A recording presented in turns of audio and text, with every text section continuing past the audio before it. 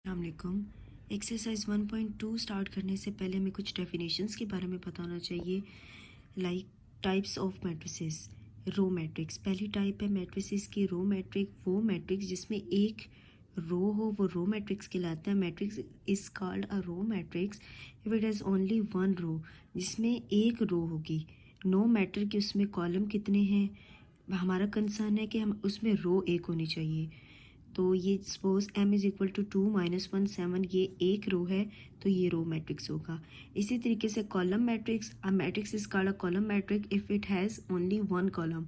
अब इसके अंदर एक कॉलम होना चाहिए। Like m is equal to 1 0। अब इसमें रोज 2 हैं और कॉलम 1 है, तो इसमें हमारा कंसर्न कॉलम के साथ है, तो एक कॉलम होना चाहिए, तो ये कॉलम मैट्रिक्स कहलाएगा। Rectangular matrix, a matrix m is called rectangular if the number of rows m is not equal to the number of columns. अगर इसमें number of rows and number of columns equal नहीं है तो वो rectangular matrix होगा। Like A, इसमें 1 2 3 हमारे पास रोज है एंड 1 2 और 2 कॉलम्स हैं, तो ये दोनों सेम नहीं है, तो ये हमारे पास रेक्टेंगुलर मैट्रिक्स होगा। Square matrix, a matrix is called a square matrix if its number of row is equal to its number of column. अगर इसमें नंबर ऑफ रोज और नंबर ऑफ कॉलम इक्वल होंगे तो हमारे पास स्क्वायर मैट्रिक्स होगा। Like A is equal to 2 0 -1 3 1 2 2, इसके अंदर रोज हैं 1 2 2 ही कॉलम है, तो ये हमारे पास स्क्वायर मैट्रिक्स होगा। Null or zero matrix, a matrix M is called a null or zero matrix if each of it entries is zero.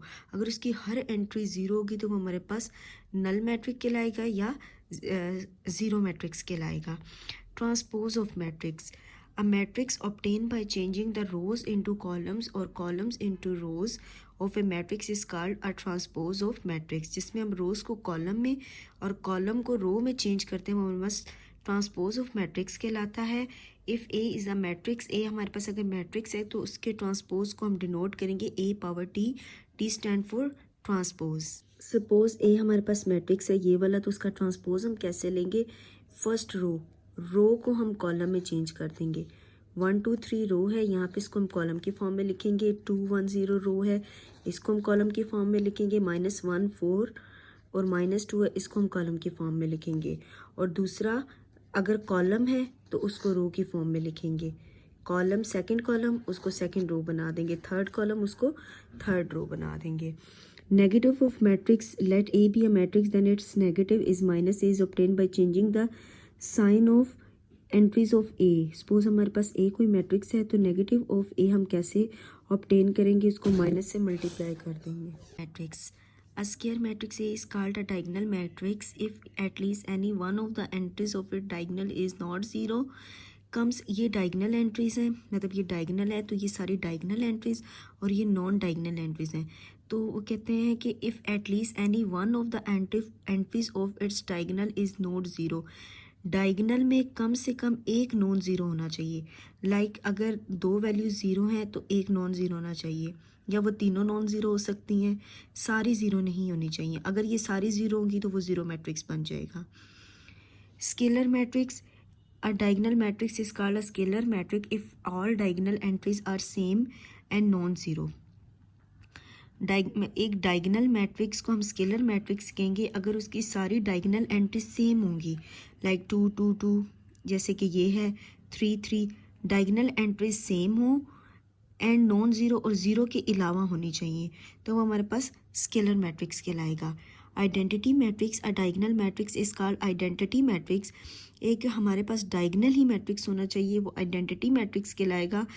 If all the diagonal entries are one, अगर उसकी सारी diagonal entries one हो, identity means one हो, तो वो हमारे पास diagonal matrix कहलाएगा। It is denoted by I. For example A is equal to 1 0 0 0 1 0 and 0 0 1। Now exercise 1.2 is the question number 1 is from the following matrices identify unit matrix, row matrix, column matrix and null matrix।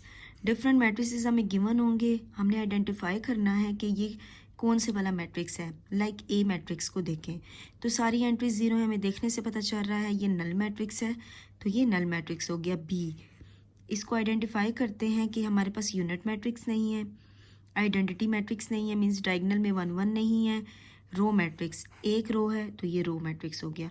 Column इसके अंदर 3 है, column matrix नहीं है, तो हमने identify करता जाना है इनमें से कि यहाँ पे कौन सा है। सी, तो ये हमारे पास है कॉलम मैट्रिक्स क्योंकि इसके अंदर एक कॉलम है। डी, ये हमारे पास हो जाएगा यूनिट मैट्रिक्स, आइडेंटिटी मैट्रिक्स या यूनिट मैट्रिक्स, 1 1 इसकी डायगोनल एंट्रीज हैं।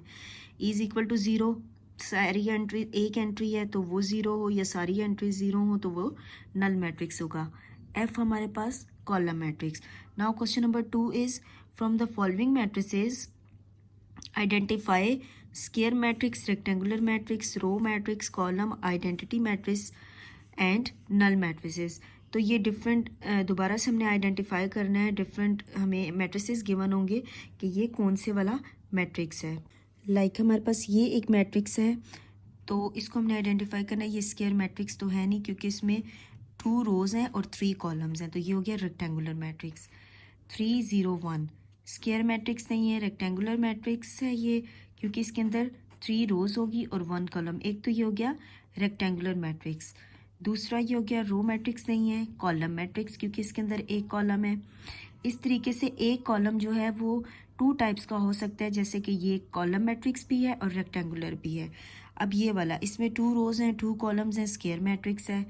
ये स्क्वायर मैट्रिक्स भी है क्योंकि इसके अंदर 2 रोज़ और 2 कॉलम्स हैं, और आइडेंटिटी भी है क्योंकि इसकी डायगोनल में 1 1 है। नेक्स्ट 1 2 3, 3 इसमें रोज़ हैं एंड 2 इसमें कॉलम्स हैं, तो ये रेक्टेंगुलर मैट्रिक्स है। ये इसमें 1 रो है और 3 कॉलम्स है, रेक्टेंगुलर मैट्रिक्स भी है, और रो एक है तो रो मैट्रिक्स भी है। ये रेक्टेंगुलर मैट्रिक्स भी है, 3 रोज़ हैं 1 कॉलम है, और कॉलम मैट्रिक्स भी है। और इसी तरह ये 3 रोज़ 3 कॉलम स्क्वायर मैट्रिक्स और सारी एंट्रीज जो हैं वो 0 हैं, तो ये नल मैट्रिक्स है। और रेक्टेंगुलर इसमें 3 रोज़ हैं और 2 कॉलम है, तो रेक्टेंगुलर मैट्रिक्स भी हैं। तो यहाँ पे जो जो हमारे पास गिवन होगा मे बी एक मैट्रिक्स जो है वो 2 टाइप्स का हो सकता है उसकी सिचुएशन के according. Now question number 3 is from the following matrices हमने आइडेंटिफाई करना है diagonal, scalar and unit matrix. तो ए हमारे पास गिवन है, ये हमारे पास स्केलर होगा, डायगोनल में सेम एंट्रीज हैं। बी जो है हमारे पास सिंपल डायगोनल होगा। सी जो है हमारे पास यूनिट होगा, यूनिट मैट्रिक्स भी इसको कहेंगे, और स्केलर भी है ये। और इसके अलावा डी हमारे पास डायगोनल हो गया। ई को आप सिंप्लीफाई कर लें, 5 - 3 2 और 1 + 1 2। यहाँ पे हमारे पास डायगोनल भी होगा और इसके अलावा स्केलर भी होगा। Find the negative of the matrix A B C D and E. इसमें हमने negative of the matrix find करना है। Negative of the matrix find करने के लिए आप सिंपल हर एंट्री को माइनस से मल्टीप्लाई कर देंगे। तो negative of A is equal to minus A is equal to हर एंट्री को माइनस से मल्टीप्लाई करेंगे। प्लस है तो ये माइनस हो जाएगी, 0 के साथ हम प्लस या माइनस नहीं लगाते, -1 है तो ये प्लस हो जाएगा। इसी तरीके से इन सारे मैट्रिसेस में हर एक एंट्री को हम उसका साइन चेंज कर देंगे। The next question is find the transpose of each of the following matrix.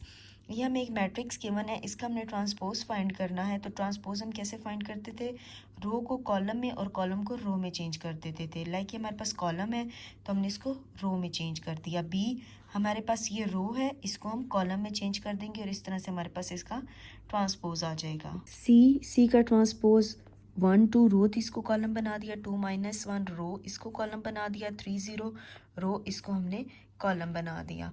इस तरीके से ये सारे हम इसके ट्रांसपोज फाइंड कर लेंगे। Now question number 6 is verify that if A is equal to this one, B is equal to this, then A transpose, A का ट्रांसपोज और दोबारा से उसका ट्रांसपोज लें तो हमारे पास ए की इक्वल आना चाहिए। तो सिंपल आप ए की जगह पे इसकी वैल्यू पुट करेंगे, मैट्रिक्स पुट करेंगे, देन उसका ट्रांसपोज ब्रैकेट और फिर उसका ट्रांसपोज इक्वल ए की वैल्यू एज इट इज़। इसका हम फर्स्ट ऑफ ऑल ट्रांसपोज लेंगे। जब इसका हम ट्रांसपोज ले लें 1 2 0 1 और एक ट्रांसपोज इसका ख़त्म हो गया और ये वाला ट्रांसपोज आ गया, देन इसका हम दोबारा ट्रांसपोज लेंगे तो हमारे पास ये आ गया। ए की वैल्यू के ऊपर कोई एक्शन नहीं होना, कोई ऑपरेशन गिवन नहीं है, तो इसको हम एज इट इज़ लिखेंगे। तो हमारे पास दोनों लेफ़्ट और राइट साइड सेम होगी। इट मीन्स जब ए के ट्रांसपोज का हम दोबारा ट्रांसपोज लेते हैं तो हमारे पास ए की इक्वल आएगा। Same as it is B की वैल्यू यहाँ से आप पुट करेंगे और सेम वही प्रोसीजर करके तो हमारे पास ये भी प्रूव हो जाएगा कि लेफ़्ट और राइट साइड इक्वल है। और इस तरह से हमारी एक्सरसाइज 1.2 यहाँ पे कंप्लीट हो गई। इस एक्सरसाइज को भी समझने के लिए आपको डेफिनेशंस आना चाहिए, देन आप इजीली इस एक्सरसाइज को अंडरस्टैंड कर सकते हैं। इसी तरह की मज़ीद वीडियोस देखने के लिए आप मेरे यूट्यूब चैनल को सब्सक्राइब करें, बेल आइकन को प्रेस कर दें ताकि आपको नोटिफिकेशन मिल जाए जब भी न्यू वीडियो अपलोड हो।